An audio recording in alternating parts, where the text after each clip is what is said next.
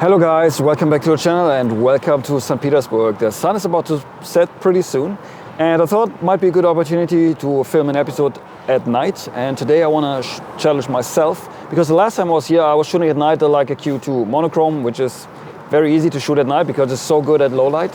But this time I want to shoot film at night, and for that I got a lens that should give me the opportunity to shoot at night without any issues, hopefully, and it's this guy here. It's a 50mm 095 from a company called Zongi, formerly known also as Metacon. And actually I got this lens a couple of months ago, but there's a story to the lens, but more on that a little bit later.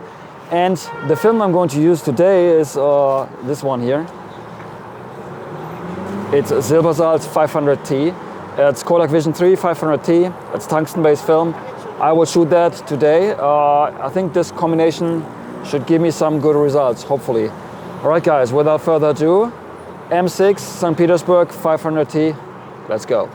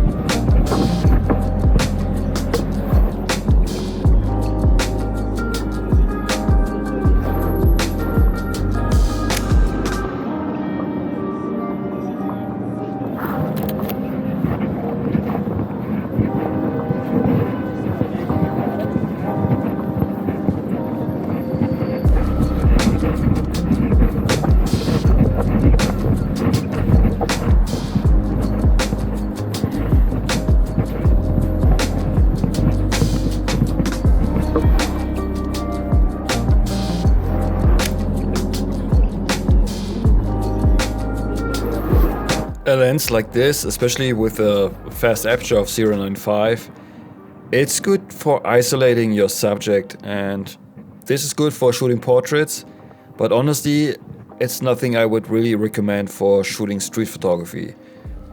It's just too big, too cumbersome to carry around and to focus. But for portraiture, yes, I can definitely see why this is very appealing.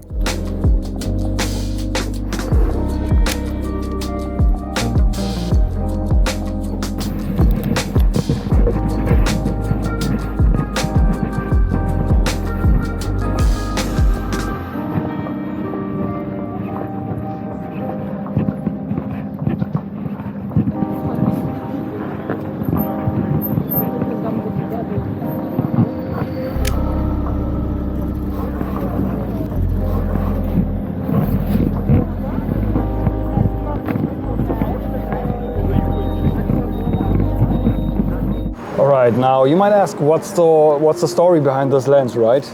The thing is, this is my second copy of the lens. The first I got a couple of months back, and it was a pre-production sample, engineering sample. So I shot a roll of film, but it turned out none of the photos were in focus, so it was completely out of whack, like the rangefinder. So the lenses are not aligned. There was a problem because it's pretty much unusable, and you can adjust the lens yourself, but I don't have a digital Leica M, so with a film one it's quite a bit harder. So, and also the frame lines that got displayed in the viewfinder were wrong. So on the camera I got 35mm frame lines on both of my M6 cameras, that should not be. So there was a problem. Then I asked them, hey, I told them what's wrong, and they said, okay, don't worry, we'll send you another copy. This time it's a production sample. But we will make sure it works perfectly and it's adjusted and everything. So I got the lens. Then, then I went on my trip to Russia, and I filmed an episode in Moscow, and it turned out also that lens was not adjusted, so the photos were not in focus. Especially the ones that I shot wide open. The ones where I stepped down to f1.4, they were kind of usable, but not really, and that was super annoying.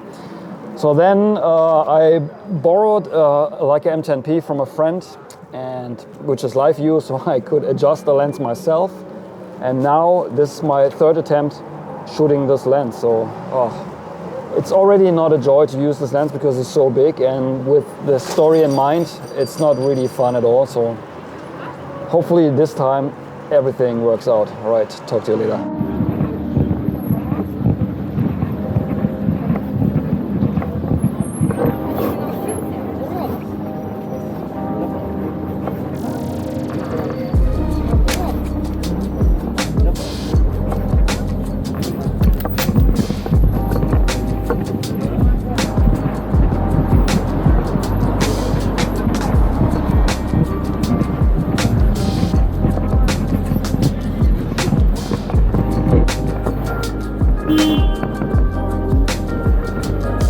Yes, it's exactly the same couple as before, but this time it seems like the guy was more interested in his phone.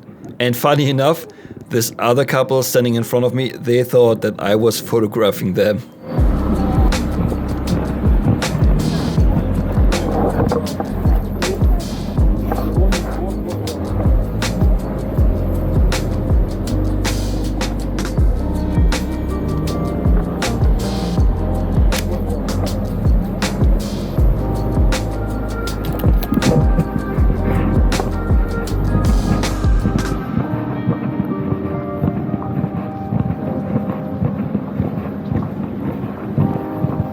I couldn't miss out on this beautiful trash can. It's probably the most beautiful trash can I've ever seen.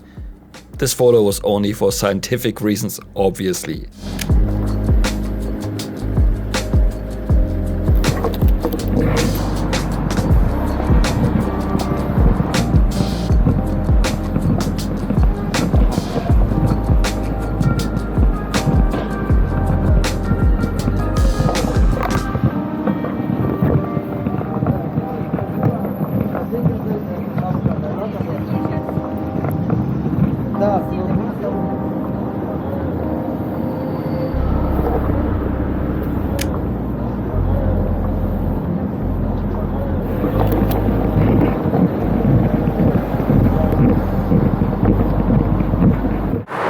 Alright guys, let's quickly talk about the settings that I'm using in the camera here. I'm shooting basically everything at 1/60th. I should pretty much get away with 1/60th when I shoot wide open, and wide open here 0.95. Otherwise, what's the point of a lens like this if you don't, or you cannot shoot it wide open? Otherwise, you can use a Summilux or a Summicron if you stop down, because this, look at the size, it's massive. Yeah, and the film will not be pushed, will be developed normally. So I assume this should give me a good result at 400 speed, roughly, which is probably the actual speed of the film, not 500. Hey guys, hopefully, like I said before, hopefully the images will turn out this time. Otherwise, I will just trash the lens because that's it. All right guys, let's continue shooting.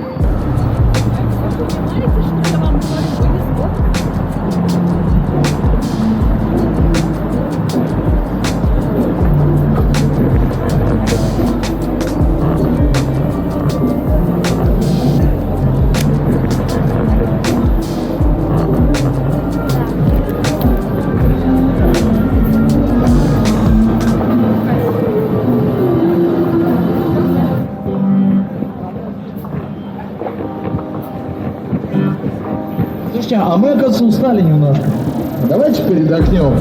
Да вот, спасибо вам, что слушали, не поддерживаете. Вот скоро вам вернемся, спасибо.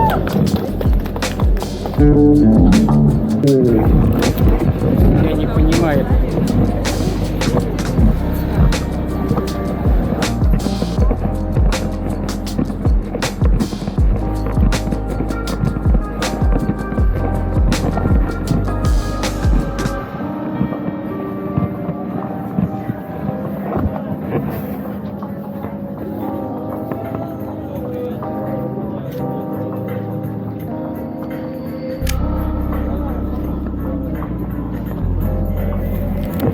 one was developed by Silbersalz in ECN2 chemistry, and I think they did a pretty good job, especially with the scans. They look really good. I only used their JPEGs and just tweaked them a little bit, but not much, and that's pretty much it.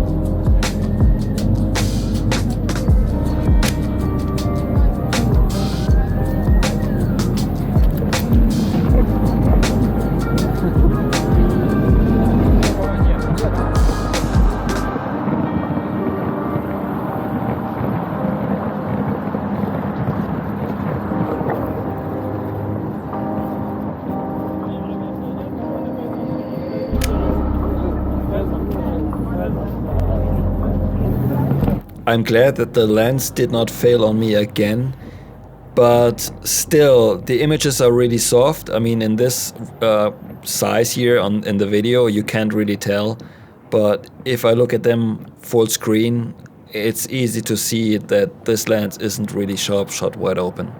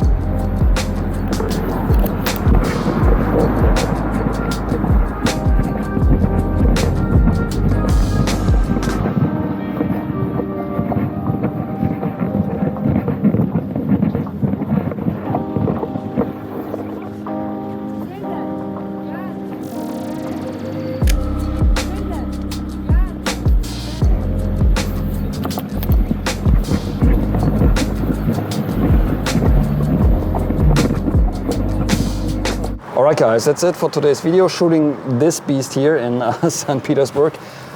Do you think it's worth carrying around a lens that big? For me personally, I would probably not do it because it's just too cumbersome, it's not fun.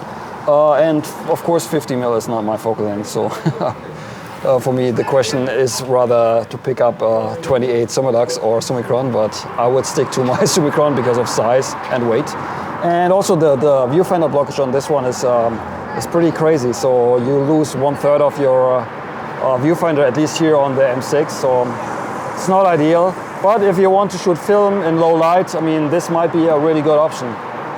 Alright guys, As always, if you like this episode, smash the like button, subscribe to my channel if you haven't already, and if you want to see more videos like this. And also, if you want to help me out, make more videos like this in the future, pick up one of my street photography zines. The link will be in the description box down below. And yeah, as always, guys, see you on the next one. Until then, auf Wiedersehen.